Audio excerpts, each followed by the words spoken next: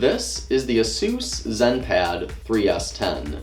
The 3S10 is a 9.7-inch Android tablet with an all-aluminum build with the promise of delivering a solid experience for both entertainment and productivity use cases for under $300.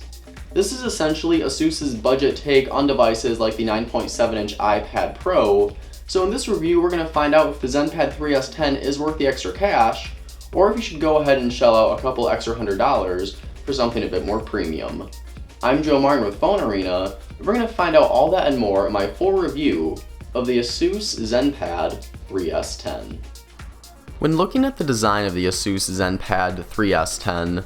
the overall look and feel of the device is considerably more premium than I was really expecting for a 10-inch tablet in this price range. The 3S10 is made entirely out of aluminum with no trace of plastic or anything like that in sight, meaning that it feels very nice in the hand with a cool aluminum touch and is really once again reminiscent of something you'd expect to pay $500 or $600 for. Moving over to the front of the tablet, you're met with the 9.7-inch display just shy of that 10-inch mark, with a 78% screen-to-body ratio, meaning that the majority of the front of the tablet is display and not pesky bezels.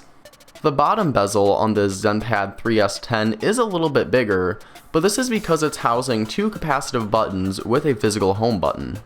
However, what's great about that home button is that it actually doubles as a fingerprint scanner.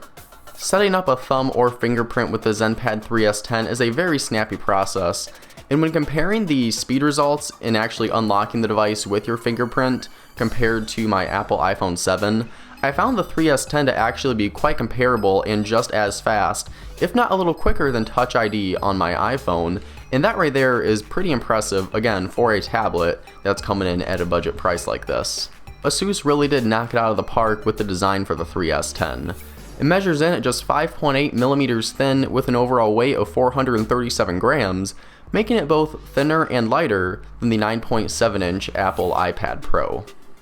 Going back to that 9.7-inch screen that's on the front of the ZenPad 3S10, we're looking at an IPS panel with a 2K resolution of 2048 by 1536. Colors are nice and vibrant and very punchy, text is extremely crisp, and the viewing angles on here are fantastic as well, which really makes using the 3S10 as an entertainment device that much more enjoyable.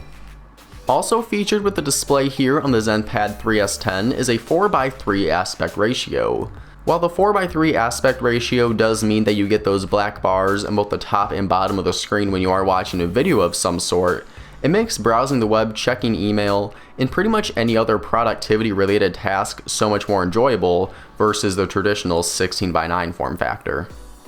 Android 6.0 Marshmallow comes out of the box with the ZenPad 3S10, but just like the ZenPad Z8 that I reviewed a few weeks ago, it comes layered atop with Asus's own custom software interface. The overall look and feel to the changes that Asus makes has the ZenPad 3S10 and any other device running their custom software looking and feeling like an Android device that would have been released circa 2013.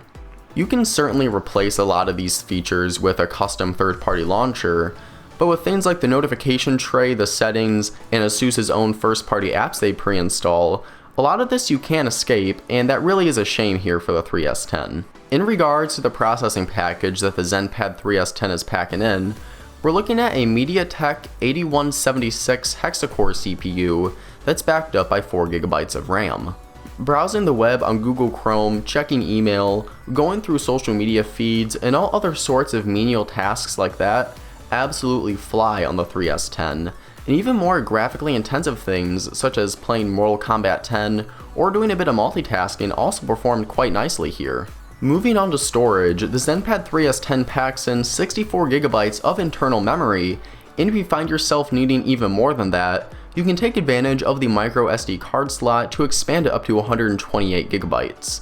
That should be more than enough storage for pretty much everybody out there, and it's great to see that even if you don't want to take advantage of the SD card support, that you already do have a pretty hefty amount of storage built into the device right out of the box. The camera package on the ZenPad 3S10 features an 8-megapixel shooter on the back with a 5-megapixel selfie camera up front, and both of these lenses are capable of 1080p full HD video recording. The camera app itself is very full-featured with plenty of shooting modes such as HDR, the ability to scan QR codes directly within the app, and different things like that. And you also have access to a pretty full-featured list of manual controls if you really want to hone in on the perfect shot with the 3S10. Unfortunately, as full-featured as the camera app itself is, the rear camera on the 3S10 is downright atrocious. You never really go into a 10-inch tablet and expect great things from its camera package, but the 8-megapixel shooter here is simply laughably bad. Images that are taken with the rear-facing camera feature little to no detail, bringing the camera into a low-light situation, has noise creeping into the photos extremely quickly, and results in them looking even more unusable. And if you have even the slightest hint of a light bulb or bright white sheets or a bright white wall, highlights and exposure volumes are blown out very easily, and all in all, this makes the rear-facing camera almost unbearable to use for pretty much any use case scenario. Still images on the front-facing 5-megapixel shooter are passable if you're just doing quick Snapchat selfies or need to upload a quick picture to Facebook or Twitter, and while again it is sort of passable, this is still something where if you have access to your smartphone camera, you're going to want to opt with that instead of this one.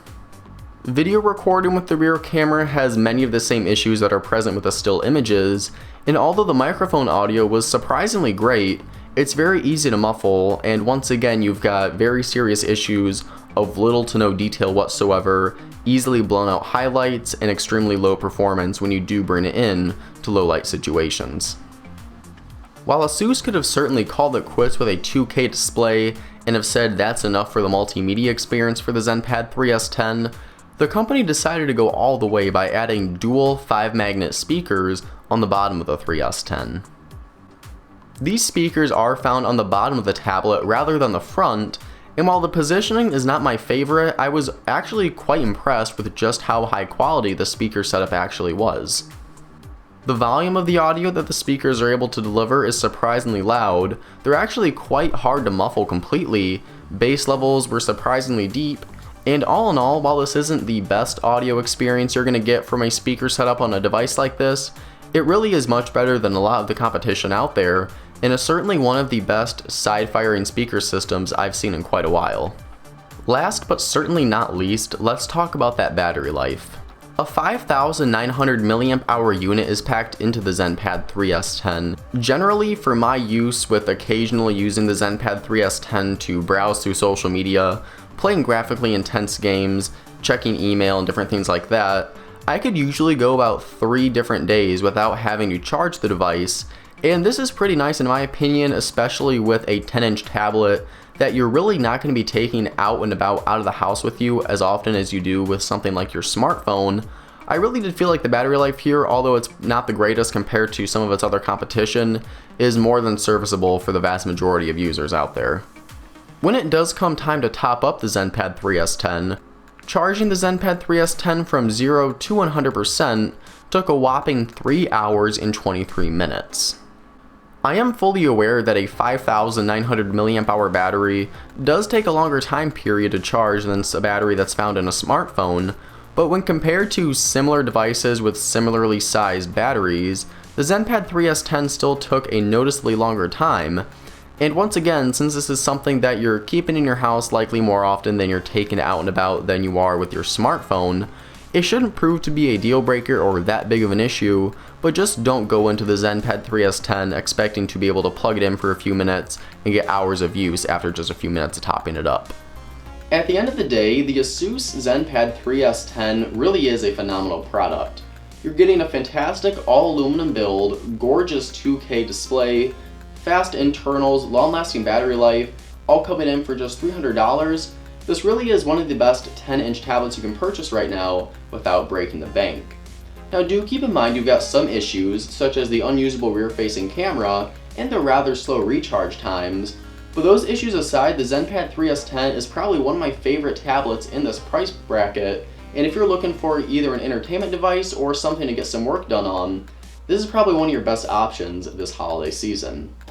If you guys have any additional questions about the tablet, please feel free to go ahead and let me know what they are down in those comments section below. And please feel free to follow us on all the social media accounts such as Twitter and our brand new Instagram page. And for all the latest tech news, reviews, deals, and more, make sure to check us out at PhoneArena.com. I'm Joe Martin with PhoneArena, and I'll see you guys in the next video.